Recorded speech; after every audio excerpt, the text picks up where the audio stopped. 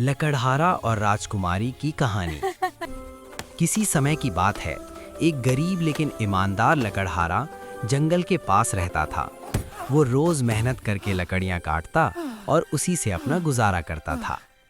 एक दिन वो कुएं के पास लकड़ियां काट रहा था कि अचानक उसे किसी की मदद की आवाज़ सुनाई दी।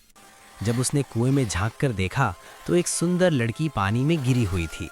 वो उस राज्य की राजकुमारी थी जो जंगल में घूमते समय गलती से कुएं में गिर गई थी। लकड़हारे ने तुरंत रस्सी लाई और पूरी मेहनत से राजकुमारी को बाहर निकाल लिया।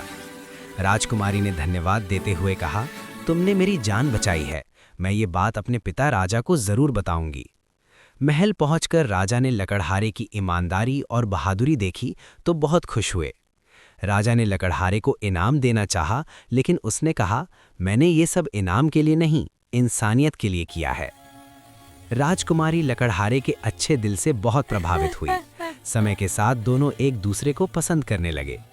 राजा ने खुशी खुशी दोनों की शादी करवा दी। लकड़हारा राजकुमार बन गया, लेकिन उसने अपनी सादगी और अच्छाई कभी नहीं छोड़ी।